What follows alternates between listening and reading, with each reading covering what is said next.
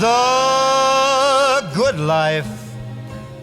Hey guys, welcome to my kitchen. Another big exciting day in my kitchen. I'm thinking we get on a plane and we travel to Rome. Doesn't that sound like a great idea? Be tough to do, but today in the kitchen what we're going to do is we're going to cook a dish known and originating from Rome. And it's called Cacio di Pepe, which Cacio is another word like formaggio. It's another word for cheese. Pepe is pepper. So basically it's cheese, pepper, and pasta. Spaghetti is probably more traditional and how this dish is served. You can use a bucatini, which is a spaghetti, which is really cool, right? And it's got a little hole in it. But today I've got just spaghetti, okay? And this is a phenomenal dish. It's easy, it's fun, it's fast. And this is one of those dishes where you put together, it's made from just a few ingredients.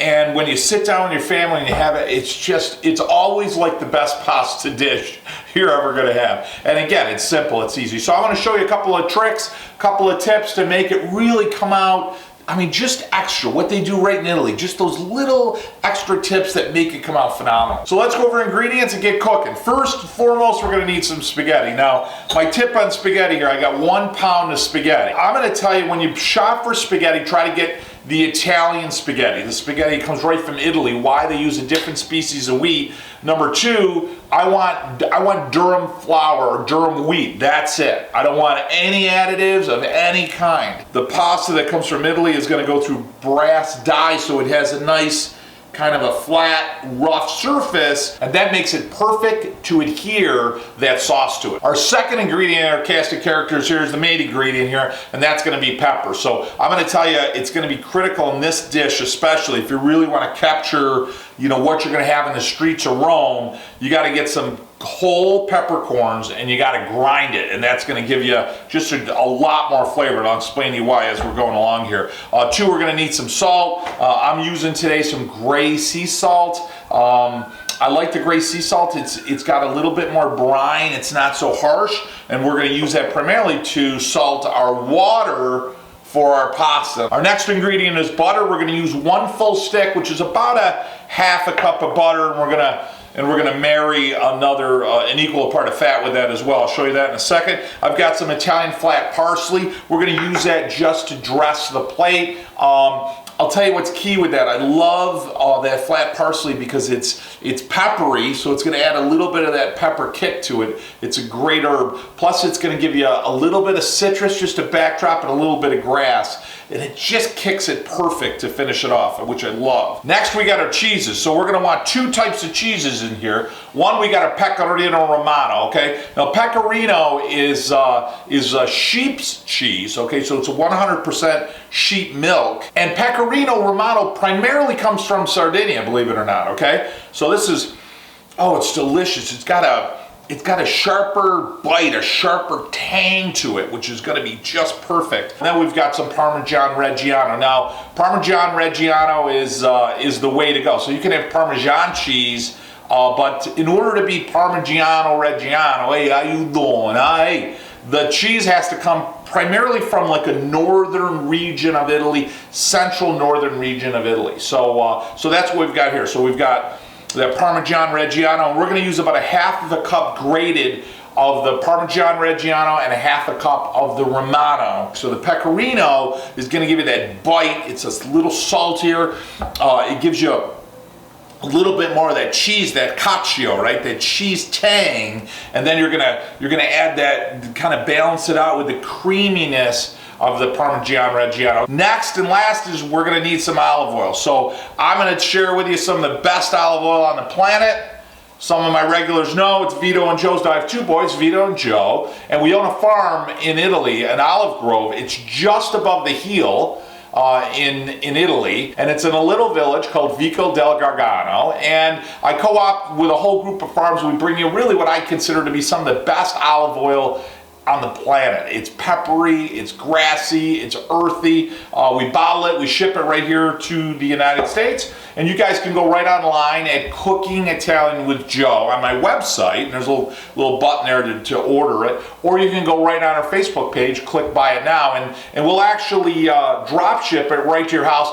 I call it a trip to Italy right in the bottle, so it's going to be fantastic. And we're going to use about a half of a cup, about the same amount as our butter fat, we're gonna use with our olive oil. So let's start making some Cacio de Pepe. So I got my water heating up. I'll meet you guys over at the stove. First thing we wanna do here is we wanna salt our water. And it's such a common question you get. Typically, you're going to use about a tablespoon per liter, and sometimes that seems like a lot to people, but you really want that water salty. One, it's going to flavor your pasta, and you really want it to flavor of like the sea. So I'm going to use about 2.5 tablespoons of salt here in my pasta water from my French sea salt, okay?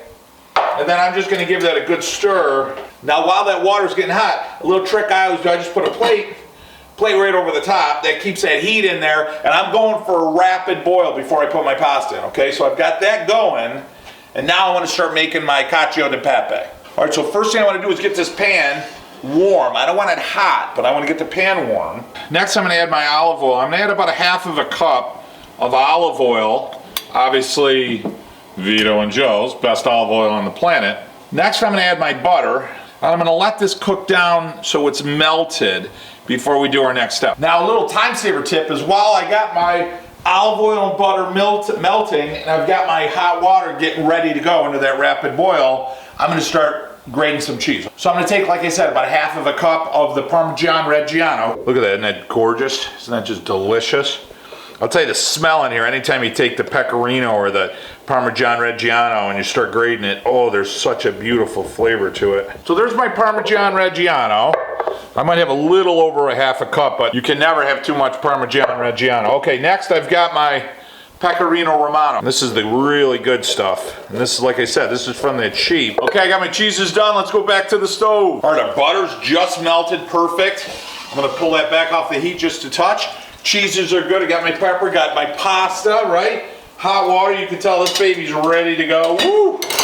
And it's salty, so I'm gonna pull that off. Before I put this pasta in there, just give you a tip on how to make this dish come out absolutely magnifico is if you subscribe to our channel. So there's a red button right on the bottom left-hand corner. When you click that, what it does is any new trips I got, any new recipes that we've got coming out, it'll actually come right in your notification bin, right in your email. And I'll tell you, it means a lot to me when you subscribe to our channel. Hey, makes you part of the family, right? Secondly, if you haven't already, you probably already have, jump right in line, click that buy it now. We'll drop ship a beautiful bottle of Vito and Joe's olive oil right to your front doorstep. All right, now the fun part. We're gonna take that pasta, we're gonna pop it right in our hot, bubbling water.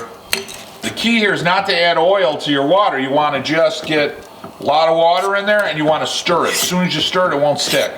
You put oil in there, what happens is it prevents the pasta from absorbing any of the flavors, the liquid, your starches. Okay, we're gonna let that go for a minute. Let's check our butter. So one of the things I love to do here is I like to cook down the oil in the butter just to where you can just barely see the butter starting to brown. Now I want pepper. So again, I'm gonna put in about 2 tablespoons of freshly ground pepper. Just keep going. Okay, now I've got a couple of tablespoons of pepper in there. Yeah, I said tablespoons. Just give that a nice stir. Guys, the key on this fresh ground pepper is this. As soon as you crack open that peppercorn, it starts to dry out. And when you got that nice solid peppercorn, the flavor of the pepper and the essence of it is a fat. It's an oil within the pepper. So when I freshly grind it, or crack it, and I put it in the oils itself, those oils will marry with the oil, the olive oil, and then the fat, the butter fat, so you get that beautiful pepper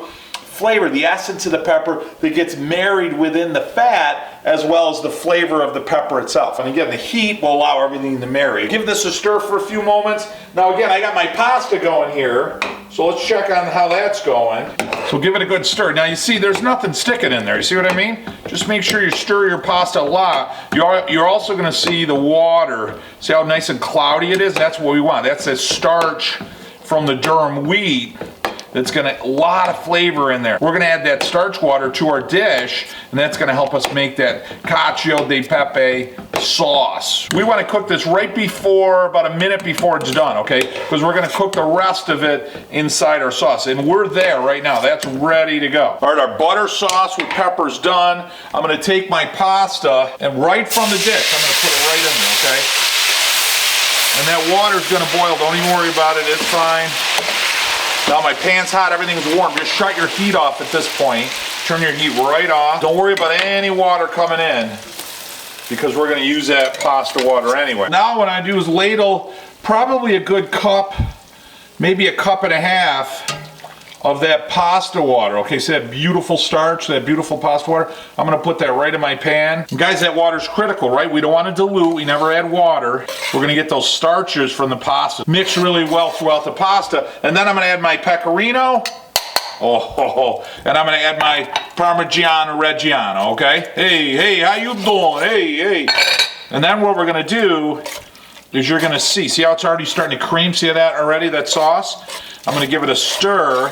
The pasta's still cooking down a little, and I'm gonna keep stirring it until I get a perfect emulsification. Everything's married really well. Okay guys, let's plate this. Now listen, we're not done yet, so make sure you get everything out of there. Last, we're gonna add ourselves some pepper, and I like to do it just to give it an extra flavor, but also to really give it a beautiful look. I'm gonna take some pecorino romano cheese, that right over the top, maybe a little kick of Parmesan, hit it with a little bit more pepper.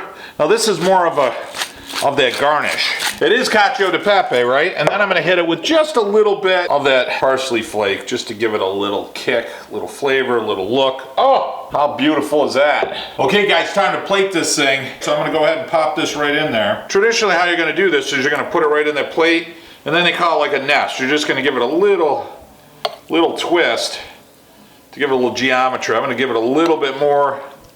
That's a nice plate right there though, I gotta admit. Oh, that's good. I'm gonna hit it with a little bit more pepper. And because I like the tang of that Romano, it's just gonna give it a little extra kick. Oh, look at that. How good does that look, you guys, right? Oh. That is gonna be good. This is where you need smell-o-vision and taste-o-vision right there. Where's Willy Wonka when you need him? First the smell, you get the pepper, the oil, the butter, but the cheese just jumps right out at you. All right, I got it perfect. And I got the sounds of Frank Sinatra going in the back. And you could just get the flavor of the pepper, just that aroma. The pasta's perfect. Just that al dente, just to the tooth. It gives you that little bit of bite, a little bit of texture. Almost like a little crunch. I mean, the cheese, the Romano just jumps right out of here, the pecorino. And then what's happening is the sauce with the cheeses, because everything's married, the sauce has that flavor like I talked to you about. So the sauce itself is got that heat of the pepper. Oh, it's the only way to do it. The oil, the butter, I mean, literally flavor in every single bite. So good. Don't rush that. Can you guys imagine being on the streets of Rome right now? I mean, this is it.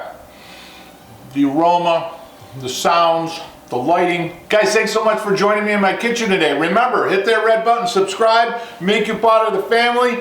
Hit the buy it now, go to our website or Facebook and buy yourself a bottle of Vito and Joe's olive oil. We'll drop ship it right to your house. I call it a trip to Italy right in the bottle. And remember guys, shut off even just for a little while, right? The TV, the computers, put those cell phones away in a basket, get around the table, make a mess, spend time with your family. You know, I always say celebrate your heritage and set some traditions that'll last your lifetime. I know they did with me, guys. Hey, from my kitchen to yours, until next week, bon appetito. The good life, full of fun.